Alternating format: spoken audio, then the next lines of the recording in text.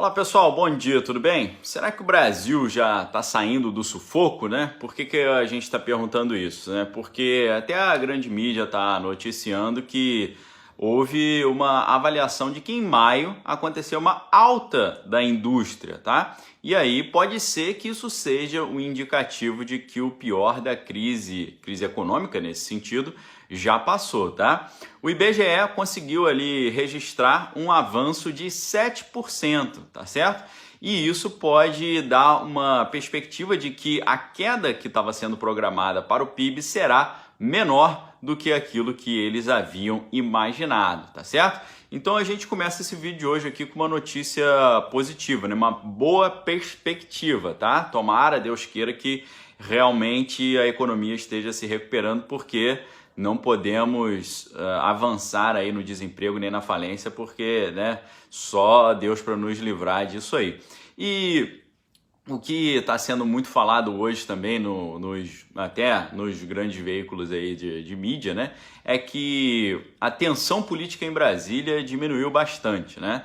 Porque o presidente está mais reservado, né? Deixou até de falar lá com seus apoiadores por alguns dias e tal. E eles estão dizendo, né, que estão conseguindo ver sinais de paz, né, dizendo que o presidente mudou a estratégia e que essa mudança seria um movimento acertado, tá? Curiosa a colocação desse advérbio, né, acertado, porque em vez de só noticiar o fato, né, como a gente aprende na faculdade de jornalismo, para você fazer o lead ali com o que, quem, quando, onde, como e porquê, e não colocando juízo de valor, né, como os adjetivos, né, e advérbios, aqui eles escolheram colocar o advérbio, né, um movimento acertado, ou seja, fizeram uma emissão ali de uma avaliação, uma opinião, emitir opinião sobre o que está acontecendo, tá?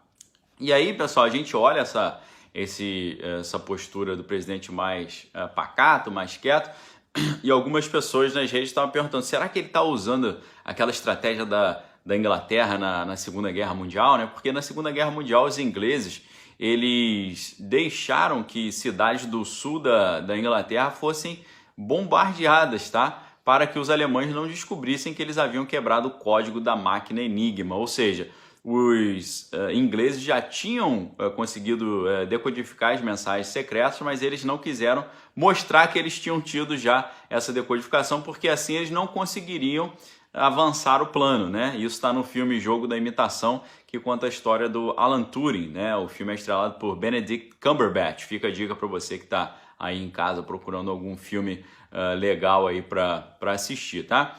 Pessoal, a gente fica otimista com essa recuperação da economia, né? Essa perspectiva aí de que a queda do PIB não seja tão grande, mas esse cenário de paz aí, a gente olha com atenção, né? A gente pergunta se isso é paz ou se é uma coisa momentânea, né? Até na grande mídia estão perguntando será que vai ser duradouro, né? Então é difícil saber isso tudo, né? É bom a gente não ficar cantando vitória antes da hora e ficar comemorando antes da hora, porque a gente tem que analisar. Por quê? Como eu tenho dito aqui no canal, né, eu tenho a impressão que até o dia 3 de novembro, a data das eleições americanas, muita água vai passar por baixo da ponte, tá? Por isso a gente tem que ficar muito de olho no cenário internacional, uma vez que nele a briga é de cachorro grande, tá? E esse duelo de gigantes no cenário internacional, ele não apenas nos afeta, porque afeta o mundo todo, mas nós, ou seja, o Brasil, é uma das peças principais nessa disputa, principalmente, claro, por nossa dimensão continental, nosso enorme mercado consumidor interno, nossos monumentais recursos naturais e também a gigantesca segurança alimentar brasileira, né? Ou seja, o Brasil produz de 4 a 5 vezes mais alimentos que ele precisa para alimentar toda a sua população, né? Isso, obviamente, todo mundo no cenário internacional já percebeu que isso pode transformar o Brasil no grande celeiro do mundo, tá? Então, isso coloca o Brasil no centro aí dessas disputas. É claro que a gente está sendo disputado, por um lado, pelo bloco mais ocidental ali do Donald Trump, né? O pessoal mais alinhado aos americanos. por outro lado, ao bloco oriental ali, que também está de olho para conseguir fazer do Brasil seu grande fornecedor de alimentos, tá? Então, pessoal, a gente tem que olhar como é que está o cenário lá fora, porque o cenário lá fora dita o que acontece aqui dentro. Eu já mostrei aqui para vocês várias vezes, né, que muitas das agendas que surgem aqui no Brasil, elas são importadas de fora, né? Vou dar apenas um exemplo. Em 2010, nos Estados Unidos, eles começaram a falar sobre a Common Core State Standards Initiative, ou seja, as iniciativas padrões estaduais do currículo comum, né, o base comum, né? Isso em 2010. Então, em 2010 começaram a falar sobre base comum, currículo comum, base curricular, não sei o quê. Aí aqui no Brasil, alguns anos depois, surge essa conversa aí de base nacional comum curricular, que começou a ser elaborada mais ou menos ali em 2015, né, com vários pesquisadores ali brasileiros, especialistas estudando e montando esse documento. Então, quando em 2015 começou a falar sobre base comum curricular aqui, já estava sendo falada desde 2010 lá fora. Fora as outras pautas, né, que curiosamente a gente vê, vamos descriminalizar tal coisa. E aí você vê isso primeiro sendo pensado lá fora, depois aqui na América Latina, Argentina, Brasil e vários países votando tudo ao mesmo tempo. Aí você fala, caramba, todos os países aqui estão votando essas pautas na mesma época, né? Que grande coincidência, né? Então, pessoal, grande parte das pautas que são colocadas na mesa aqui no Brasil, elas vêm de fora, né? E começam a ser discutidas primeiramente lá. Então, a gente tem até uma certa vantagem em meio a tudo isso, porque a gente pode, de certa forma, prever o que vai chegar aqui, tá? Então, nesse momento, para saber se a gente pode começar a ficar mais tranquilo ou não, a gente tem que perguntar, né? Como é que está o cenário internacional hoje, né? Em que direção eles estão caminhando? Eles estão caminhando na direção dessa bandeira branca ou estão caminhando numa escalada de tensão, né? Infelizmente, o que a gente está vendo é a escalada de tensão crescente, tá? Primeiro, é só a gente ver o que está acontecendo lá em Hong Kong, né? Uma nova lei em Hong Kong está prevendo ali até prisão perpétua, né, para os manifestantes de rua. Se eles forem enquadrados ali dentro da segurança nacional e podem levar até essa sentença draconiana, né, de prisão perpétua. Além disso também, eles estão pensando em criar ali uma espécie de conselho, né, que vai poder avaliar essa questão toda ali de decidir como é que vão lidar com essas manifestações, tá? Obviamente, houve uma reação internacional que já está gerando ali réplica e tréplica, porque os Estados Unidos se manifestaram contra isso e o Reino Unido também, tá? Defendendo ali os interesses do povo lá de Hong Kong.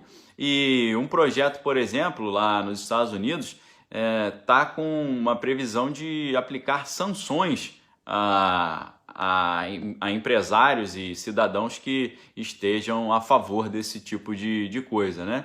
E lá em Londres também o pessoal está agindo nesse sentido. E isso fez o governo lá do Xi Jinping aumentar o tom, né? Ele dizendo que não vão aceitar esse tipo de interferência na política interna deles e por aí vai. Então fica esse alerta, né? Estamos vendo essa escalada de tensão no cenário internacional. Inclusive porque os ingleses, né, eles estão com um plano ali para facilitar a obtenção de visto de trabalho, né, e consequentemente até também a cidadania britânica para cerca de 2,5 milhões de cidadãos de Hong Kong, né? Então isso está gerando uma tensão crescente ali entre essas potências internacionais, né? Aí você pergunta qual o nível de influência que essas potências internacionais têm aqui no Brasil. É muito grande, né? Porque se por um lado o Donald Trump tem um bom relacionamento com o governo, por outro lado a gente sabe que estados e municípios brasileiros têm um bom relacionamento com a China, né?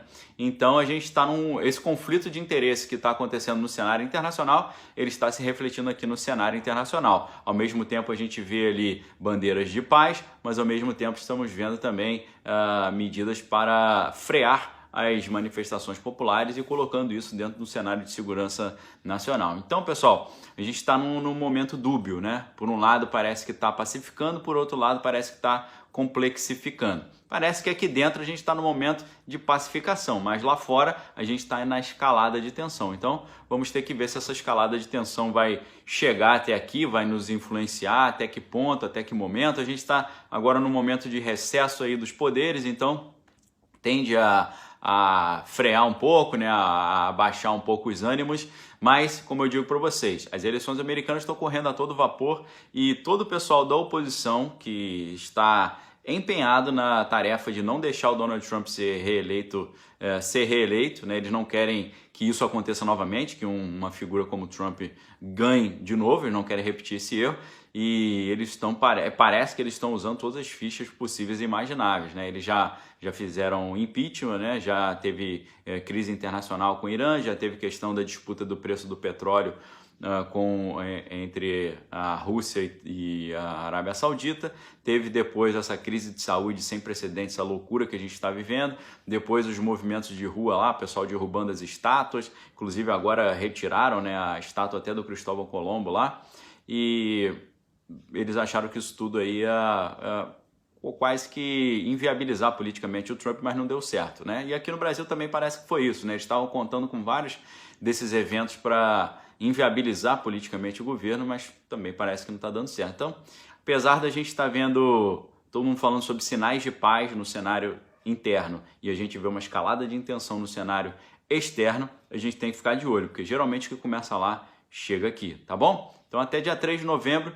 temos que ficar muito de olho aí, porque coisas estranhas podem continuar acontecendo. Deus queira que não, mas ano de eleição americana é sempre um ano emocionante, para não dizer outra coisa. Tá bom, pessoal? Fica aí a reflexão de hoje. Desejo uma ótima sexta-feira, um fim de semana abençoado para vocês. Se você quiser ter acesso ao nosso conteúdo exclusivo do Direto do Bunker, clica aqui embaixo. Nesse conteúdo exclusivo ontem, por exemplo, nós falamos sobre essa questão dos gafanhotos vindo para o Brasil e como uma empresa que faz uma espécie de controle climático, segundo eles, como essa empresa conseguiu afastar, né, ou desviar a rota desses gafanhotos. Um negócio que envolve questões de guerra climática, entre outras coisas mais esotéricas, tá? Para não dizer, para dizer o mínimo, né? Então, clica aqui embaixo, né? O Direto do Bunker é uma espécie de reflexões ali para blindar a nossa mente contra toda forma de manipulação. A gente fala sobre